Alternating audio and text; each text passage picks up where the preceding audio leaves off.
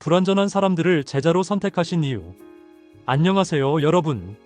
오늘은 예수님께서 12제자를 부르신 이야기를 나눠보려고 합니다. 만약 여러분이 세상을 변화시킬 팀을 구성한다면 어떤 사람들을 선택하시겠습니까? 아마도 가장 뛰어나고, 가장 완벽하고, 가장 능력 있는 사람들을 찾으실 겁니다. 그런데 예수님은 정반대의 선택을 하셨습니다. 오늘 이야기를 통해 우리는 하나님이 일하시는 방식과 우리 자신의 가능성에 대해 새로운 시각을 갖게 될 거예요. 편안하게 들어주세요. 산에 오르사 자기가 원하는 자들을 부르시니 나아왔더라. 이에 12를 세우셨으니 이는 자기와 함께 있게 하시고 또 보내어 전도하게 하려 하심이로라. 12제자가 사도로 부름받고 산상수훈이 주어진 곳은 갈릴리 바다에서 조금 떨어진 산기슭에 우거진 나무 아래였습니다. 들판과 언덕은 예수께서 즐겨 찾으신 곳이었습니다. 그의 가르침 대부분은 성전이나 회당보다는 야외에서 주어졌죠. 어떤 회당도 예수를 따르는 군중을 수용할 수 없었을 겁니다. 하지만 이것만이 예수께서 들과 숲에서 가르치신 이유는 아니었습니다. 예수께서는 자연의 경치를 사랑하셨습니다. 그분에게 조용한 장소는 모두 신성한 성전이었습니다. 지상의 첫 거주자들이 그들의 성소를 택했던 곳도 에덴 동산의 나무 아래였습니다. 그곳에서 그리스도께서 인류의 조상과 교통하셨죠. 낙원에서 쫓겨난 후에도 우리 선조는 여전히 들과 숲에서 예배했고 그리스도께서는 그곳에서 은혜의 복음을 가지고 그들을 만나셨습니다. 마물의 상수리나무 아래서 아브라함에게 말씀하신 분이 바로 그리스도였습니다. 저녁 때 들판에서 기도하던 이삭에게, 베델 언덕의 야곱에게, 미디안 산중의 모세에게, 양을 치던 소년 다윗에게 말씀하신 분도 그리스도였습니다. 제자들을 훈련시키면서 예수께서는 복잡한 도시를 떠나 조용한 들과 산을 택하셨습니다.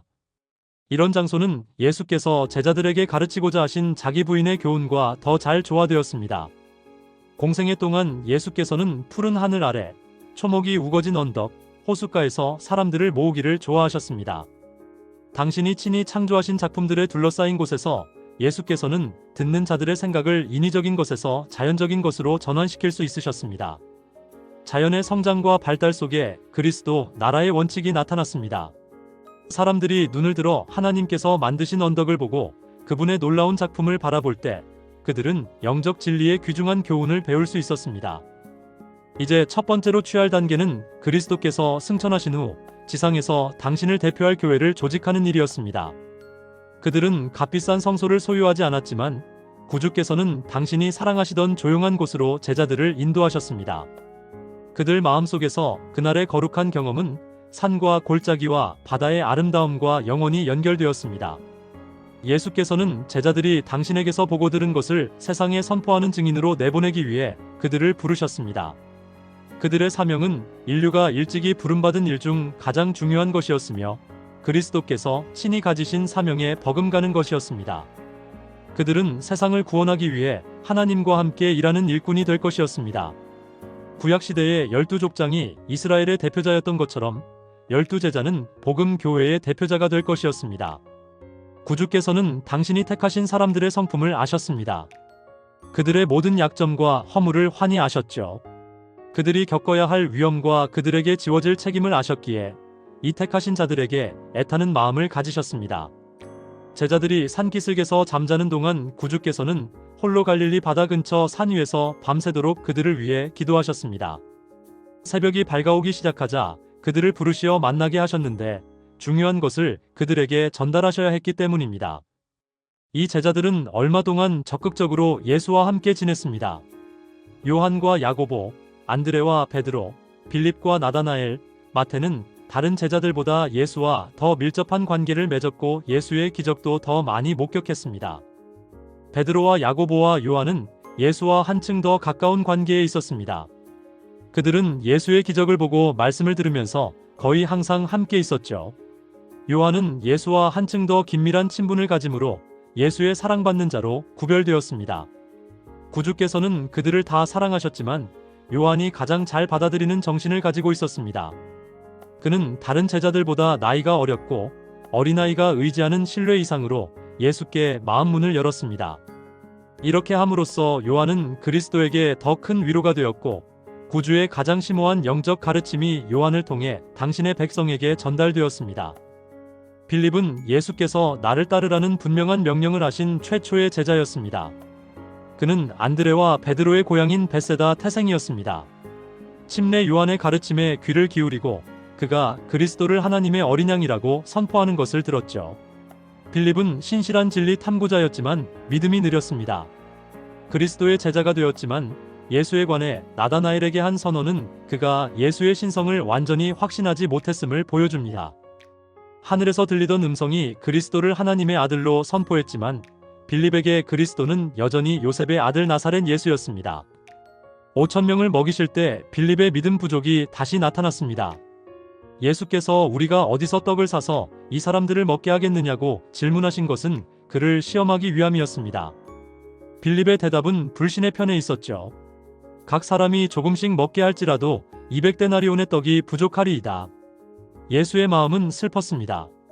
빌립은 예수의 하시는 일을 보고 그 능력을 느꼈지만 아직도 믿음이 없었습니다. 십자가에 달리시기 전 마지막 몇 시간 빌립의 말은 신앙을 꺾는 것이었습니다. 도마가 주여 어디로 가시는지 우리가 알지 못하거늘 그 길을 어찌 알겠습니까? 라고 물었을 때 구주께서는 내가 길이요 진리요 생명이니 너희가 나를 알았다면 내 아버지도 알았으리라고 대답하셨습니다. 빌립에게서 불신의 대꾸가 나왔습니다. 주여 아버지를 우리에게 보여주옵소서. 그리하면 족하겠나이다. 3년 동안 예수와 함께 있었던 이 제자는 그렇게도 마음이 느리고 믿음이 연약했습니다. 어린아이 같은 나다나엘의 믿음은 빌립의 불신과 좋은 대조를 이뤘습니다. 그러나 빌립은 그리스도의 학교에서 배우는 학생이었고 하늘의 교사이신 그리스도께서는 빌립의 불신과 우둔함을 인내 있게 참으셨습니다. 성령이 제자들에게 임했을 때 빌립은 하늘의 명령을 따라 교사가 되었습니다. 그는 자기가 말하는 것에 대해 알았고 듣는 자들에게 확신을 주며 가르쳤습니다. 예수께서 제자들을 안수하시기 위해 준비하실 때 부름받지 않았던 자가 제자들 사이에 끼어들려고 애썼습니다. 가룟 유다였습니다. 그는 그리스도를 따르는 자라고 공언한 사람이었습니다. 그가 앞으로 나와 제자들의 이 핵심 모임의 한 자리를 차지하게 해달라고 간청했습니다.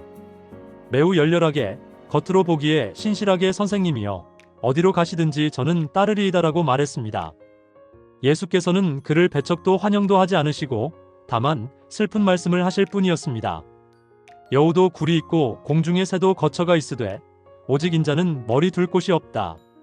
유다는 예수께서 메시아가 되심을 믿었습니다. 그래서 사도들의 반열에 끼므로써 새 나라에서 높은 지위를 얻기를 희망했습니다.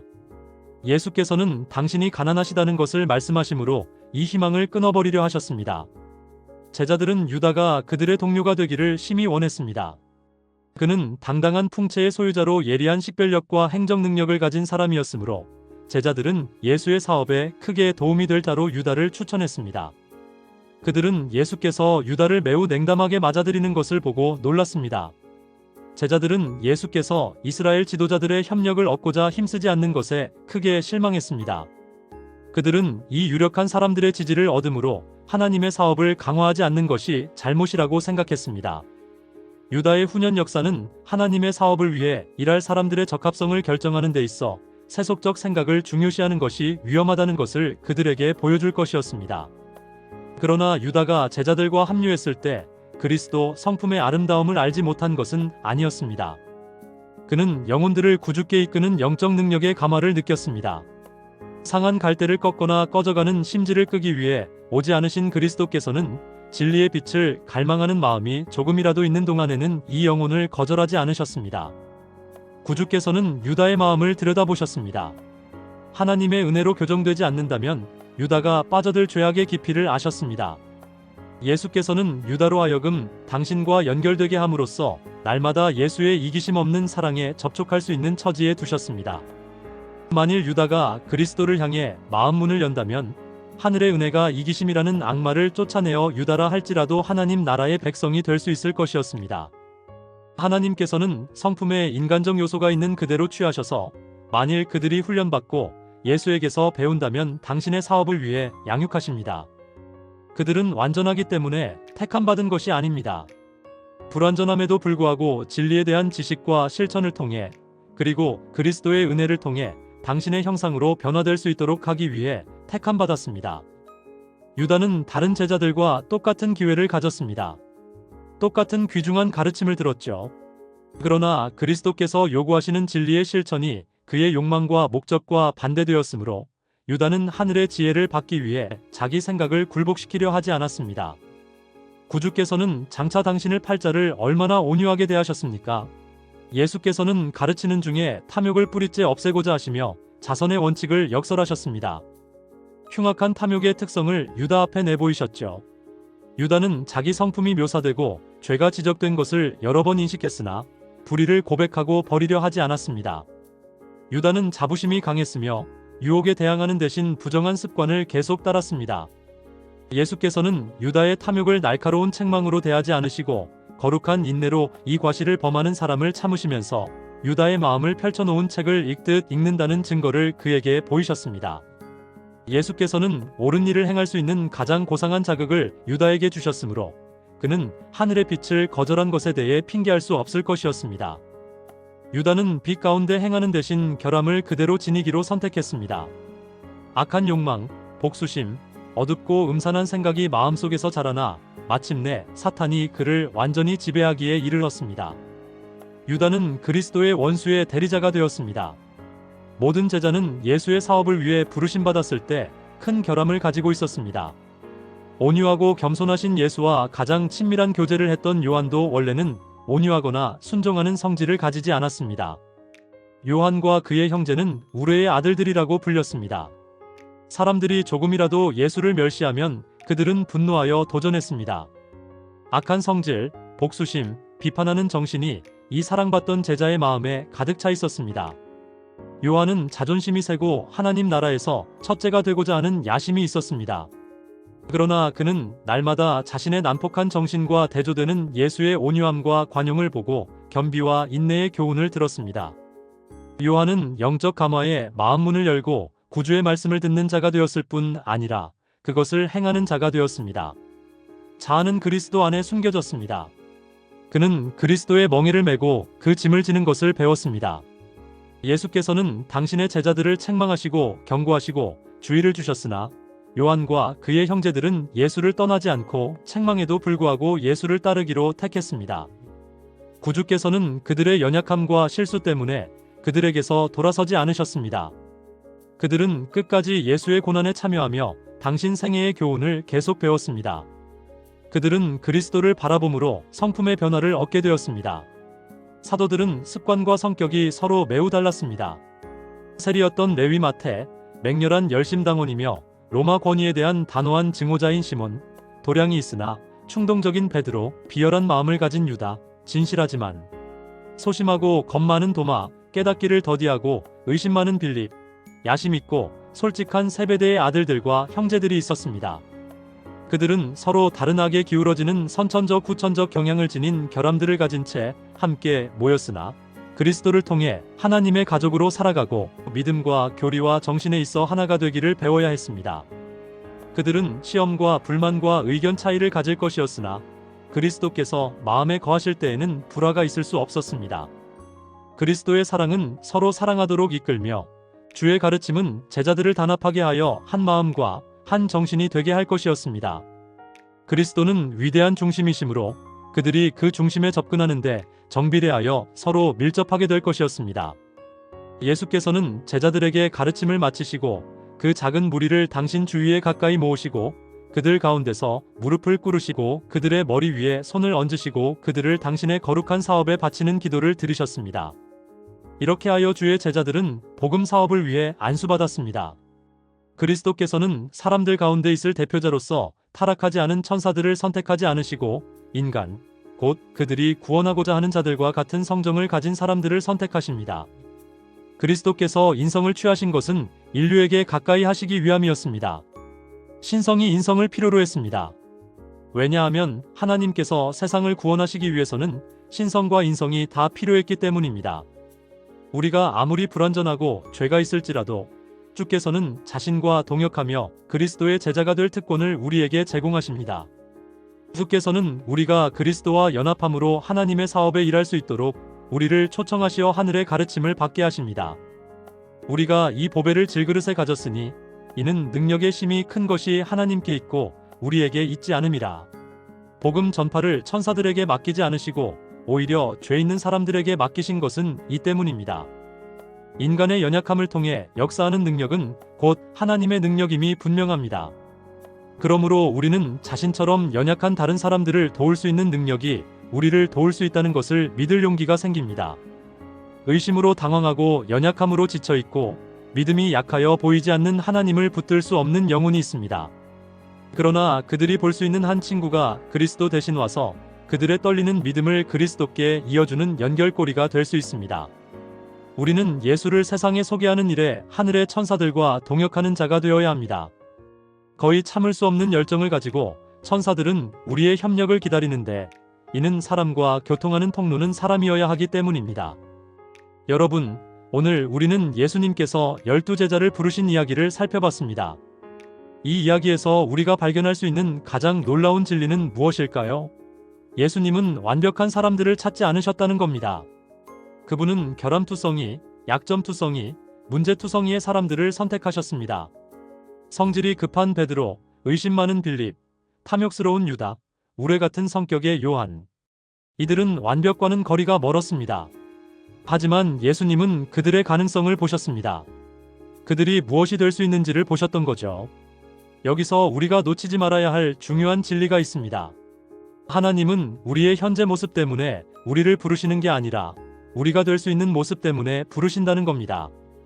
우리의 약점이 하나님을 막을 수 없습니다. 오히려 우리의 약점을 통해 하나님의 능력이 더욱 분명히 드러날 수 있습니다. 생각해 보세요. 만약 예수님이 완벽한 사람들만 선택하셨다면 우리 같은 평범한 사람들에게 어떤 희망이 있었겠습니까?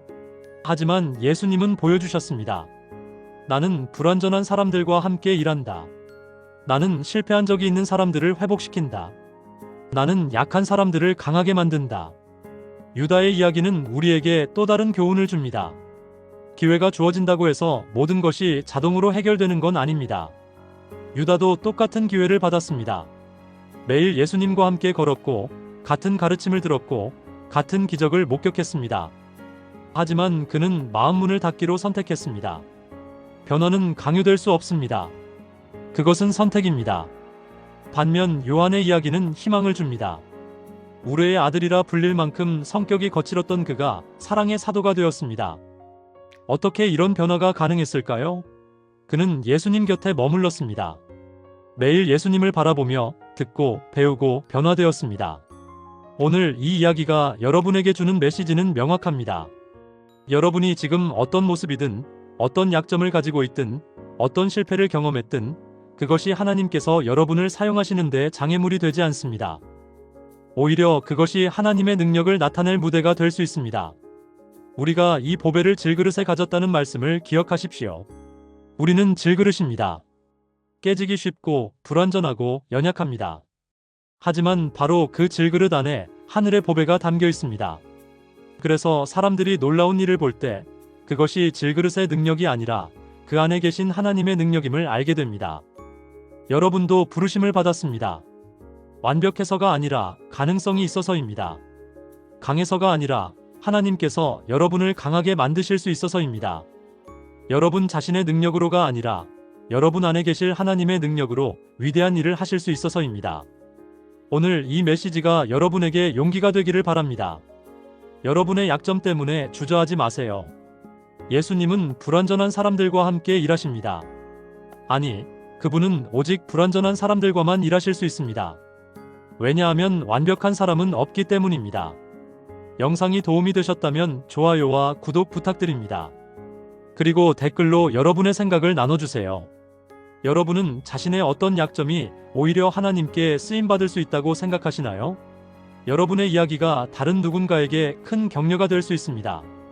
다음 영상에서 또 만나요. 감사합니다.